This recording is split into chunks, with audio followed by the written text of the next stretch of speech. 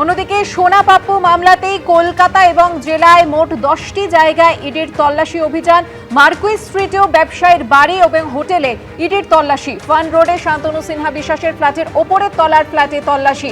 এরকমই 10টি জায়গায় ইডির তল্লাশি অভিযান আজ সাত সকাল থেকেই। সরাসরি চলে যাব কসবায়, আমাদের প্রতিনিধি সুকান্ত মুখোপাধ্যায় রয়েছেন আমাদের সঙ্গে।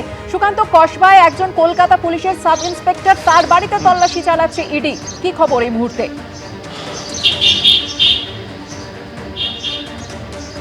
দেখো, সকাল 6টাতে সিআরপিএফ ক্যাম্প নিউ টাউন থেকে একযোগে একটি বড় টিম বেরোয় এবং শহর কলকাতাতে আসার পর সেটা বিভিন্ন ভাগে ভাগ হয়ে যায়। তার মধ্যে একটি চলে যায় ভবানীপুরে, একটি চলে যায় কসবাতে যেখানে আমরা রয়েছি, একটি চলে যায় পার্ক স্ট্রিটের দিকে এবং এরকমই 10টি জায়গাতে এই মুহূর্তে অভিযান চালানো হচ্ছে। যে দোতলা সবুজ রঙের বাড়িটি তুমি দেখতে পাচ্ছ, সেটা গত 5 বছর ধরে এখানেই কলকাতা পুলিশের সাব ইন্সপেক্টর এই রুহুল আমিন আলী শাহ তিনি এখানে রয়েছেন, সপরিবারে তিনি সেখানে থাকেন। তার আগে এখানে কিন্তু 5 বছর আগেই তিনি বাড়িটি কিনে এখানে আসেন এবং তারপর থেকে কিন্তু ঝাঁ চকচকে এই দোতলা বাড়ি। এবং যেটা জানা যাচ্ছে যে একেবারে কনস্টেবল পদে তিনি কলকাতা পুলিশের চাকরিতে তিনি ঢুকেছিলেন এবং পরবর্তী সময় তিনি এসআই পদে উন্নতি হন। হেয়ার স্ট্রিট থানাতে, শেক্সপিয়ার সরণি থানাতে দীর্ঘদিন তিনি ছিলেন এবং যেটা পুলিশ সূত্রে জানা যাচ্ছে যে শান্তনু সিনহা বিশ্বাসের অত্যন্ত ঘনিষ্ঠ ছিলেন হচ্ছে এই এসআই। যেখানে যেখানে শান্তনু সিনহা বিশ্বাসের পোস্টিং থাকতো সেখানে সেখানে কিন্তু এই এসআইয়েরও পোস্টিং থাকতো। এবং পুলিশ ওয়েলফেয়ার অ্যাসোসিয়েশনের কনভেনারও কিন্তু রয়েছেন বর্তমান পদে এই পুলিশ অফিসার। ফলত সব মিলিয়ে সোনা পাপ্পু বা বিশ্বজিৎ পোদ্দারের মামলাতে তার বাড়িতে কেন হানা? আমরা জানি যে যখন শান্তনু সিনহা বিশ্বাস গ্রেফতার হয়েছিলেন, ইডির তরফে কিন্তু বারবার যে দাবি করা হচ্ছিল যে একটি নেক্সাস কাজ করতো, মূলত ব্যবসায়ী সে একটি জমিকে সিলেক্ট করতেন, সেই জমির আসল মালিক যখন সেই জমি দিতে রাজি হতেন না, তখন কিন্তু সেই জমির মালিককে ডেকে এনে ফলস এফআইআর দায়ের করা হতো এবং সেই এফআইআর দায়েরের ক্ষেত্রে কিন্তু কলকাতা পুলিশকে যেমন সাহায্য কাজে লাগানো হতো, রাজ্য পুলিশকেও একই রকমভাবে কাজে লাগানো হতো। এবং তারপরেও যখন কাজে লাগানো হতো না, একেবারে কাজ হতো না, তখন কিন্তু সোনা পাপ্পুকে কাজে লাগানো হতো গ্যাংস্টার হিসেবে। ফলত এই পুলিশ কর্মীরা তারা কারা কারা ছিলেন, কারা কারা এই জমি মাফিয়াতে পেরোলে ছিলেন, সেটা তদন্ত করে দেখছে ইডি আধিকারিকেরা। এদিন সকাল 6টা থেকে এখন প্রায় 11:30 বেজে গেছে। 5.5 ঘন্টা ধরে এই যে দোতলা বাড়ির বিভিন্ন ঘরে সার্চ অভিযান চালানো হচ্ছে এবং যিনি এসআই যিনি রয়েছেন তিনি এই মুহূর্তে বাড়িতে রয়েছেন। তার ব্যাংকে যাবতীয় ট্রানজ্যাকশন খতিয়ে দেখা হচ্ছে, কারণ বারবার এই ব্যাংকের ট্রানজ্যাকশন ইডি এই কারণে বলছে যে শেষ 2 থেকে 3 বছরে মোটা টাকার লেনদেন হয়েছে এবং এদের প্রপার্টি কিন্তু যে বেতন রয়েছে তার থেকে অনেকটাই বেশি। সেক্ষেত্রে দাঁড়িয়ে এই এসআইয়ের বেতন কত ছিল, কত বছর ধরে তিনি কলকাতা পুলিশে কর্মরত এবং তার সাথে তার কত প্রপার্টি রয়েছে বা সম্পত্তি রয়েছে সেটা যেমন খতিয়ে দেখা হচ্ছে। তার যে যাবতীয় ব্যাংক অ্যাকাউন্ট ডিটেলস, সেই ট্রানজ্যাকশন, সেগুলোও কিন্তু একই রকমভাবে খতিয়ে দেখা হচ্ছে এবং তার থেকে এটা জানার চেষ্টা হচ্ছে যে কলকাতা পুলিশের আর কোন কোন আধিকারিক বা কোন কোন জায়গাতে এই টাকা যেত বা কারা কারা এই চক্রে বা সিন্ডিকেটের সাথে ছিল, গোটা বিষয়টি খতিয়ে দেখছেন কিন্তু তদন্তকারীরা। সুকান্ত, তুমি আমাদের সঙ্গে থাকো। অন্যদিকে যেরকম আপনাদের বলছিলাম যে শান্তনু সিনহা বিশ্বাসের কান্দির যে বাড়ি, সেই বাড়িতেও ইডির তল্লাশি অভিযান চলছে। এরই পাশাপাশি ফান রোড শান্তনু সিনহা বিশ্বাসের যে ফ্ল্যাট, তার উপর তলার ফ্ল্যাটেও তল্লাশি চলছে। রয়েড স্ট্রিটের একটি হোটেলেও তল্লাশি অভিযান চলছে। দুই প্রতিনিধি আমার সঙ্গে এই মুহূর্তে রয়েছেন, একদিকে প্রকাশ সিনহা, অন্যদিকে অরত্রিক ভট্টাচার্য রয়েছেন। তবে শুরুতেই আমি একটু রাজীবের কাছে চলে যাব। রাজীব, এই যে শান্তনু সিনহা বিশ্বাসের যে কান্দির বাড়ি, যেখানে ইডির তল্লাশি অভিযান চলছে, এখনো পর্যন্ত কি তথ্য পাচ্ছ, কি আপডেট?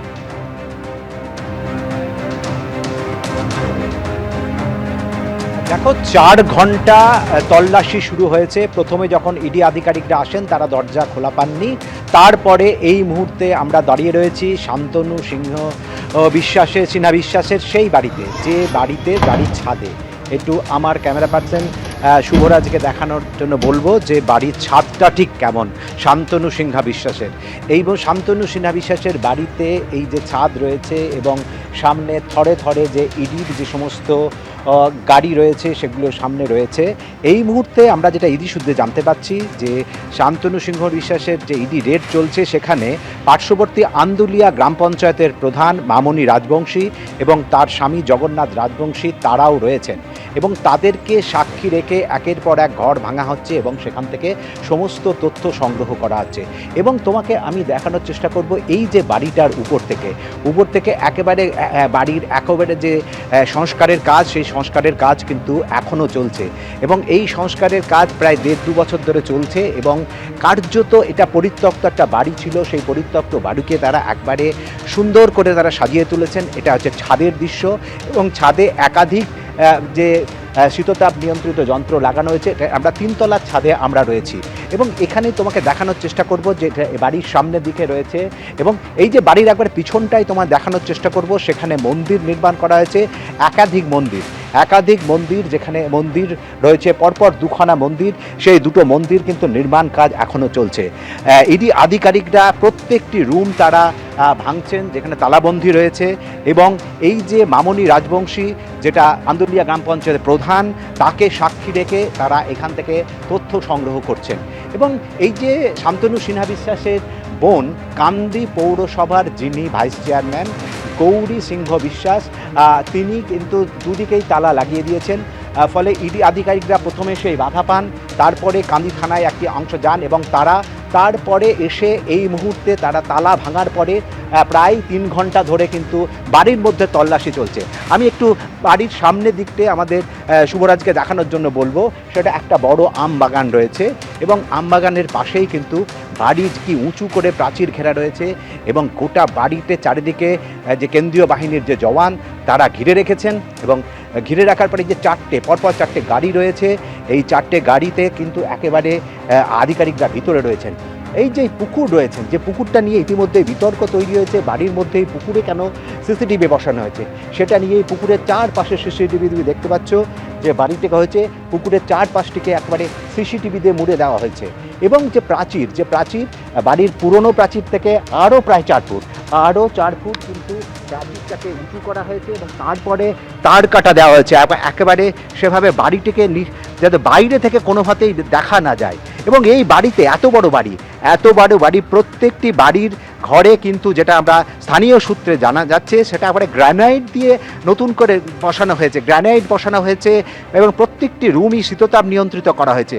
কারা আসতেন এখানে এবং রাতের অন্ধকারে, যেটা স্থানীয় মানুষজন যেটা বলছে, রাতের অন্ধকারে এখানে গাড়ি আসতো এই জায়গাটায়, দিনের বেলায় কাউকে দেখতেন না। বছরের পর বছর কিন্তু 1-2 ছাড়া এই বাড়ির মধ্যে কেউ থাকতেন না। কিন্তু এত বড় বাড়ি কেন বসানো হয়েছিল এবং কেন এই ধরনের একেবারে দূরনিয়ন্ত্রিত যন্ত্র এই বাড়ির মধ্যে বসানো হয়েছিল সেটা নিয়েও কিন্তু প্রশ্নচিহ্ন দেখা দিয়েছে। এবং এই যে গোটা বাড়ির একেবারে মাথায় রয়েছে যাতে নেটওয়ার্কিং ভালো পাওয়া যায় তার জন্য এটা বসানো হয়েছে।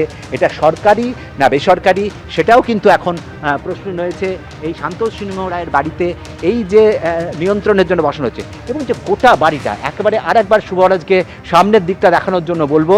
এই যে আমরা দেখতে পাচ্ছি যে এই যে ছাদের মধ্যে রয়েছি এবং যে এই যে সেন্ট্রাল প্রজেক্ট দেখানো, যে গোটা যে বাগানটা, যে পুকুরটা রয়েছে, এই পুকুর রয়েছে এবং পুকুর থেকে গোটা অঞ্চলটা কিন্তু এই মুহূর্তে সিসিটিভিতে মুড়ে ফেলা হয়েছে। গোটা পুকুরটাকে সিসিটিভিতে মুড়ে ফেলা হয়েছে এবং বাড়ির চারিদিক একবারে নিশ্চিত্র নিরাপত্তায় চারিদিকটা কিন্তু ঘেরা রয়েছে। কি হতো বাড়ির মধ্যে, এ প্রশ্ন কিন্তু এলাকার মানুষের মধ্যে রয়েছে, কিন্তু কেউ প্রশ্ন করতে ভয় পাতেন। এবং পার্শ্ববর্তী যে সমস্ত বাড়ি রয়েছে দেখো দেবস্মিতা, সেই বাড়িতেও আমাদের উঠতে দেওয়া হচ্ছে না, এতটাই ভয়। আমরা এই মুহূর্তে দাঁড়িয়ে রয়েছি শান্তনু সিংহ রায়ের যে বাড়ির ছাদ, 3 তলার বাড়ির ছাদ, সেই 3 তলার বাড়ির ছাদ থেকে একটু দেখানোর চেষ্টা করব। রাজীব, শান্তনু সিনহা বিশ্বাস তার এই প্রাসাদের মতো বাড়ি, একেবারে বাগান বাড়ি, যেখানে ইতিমধ্যে ইডির আধিকারিকরা তল্লাশি অভিযান চালাচ্ছে, ঘরে তারা ভেঙে ঘরে ঢোকে ইডি আধিকারিকরা। এবিপি আনন্দ, এগিয়ে থাকে, এগিয়ে রাখে।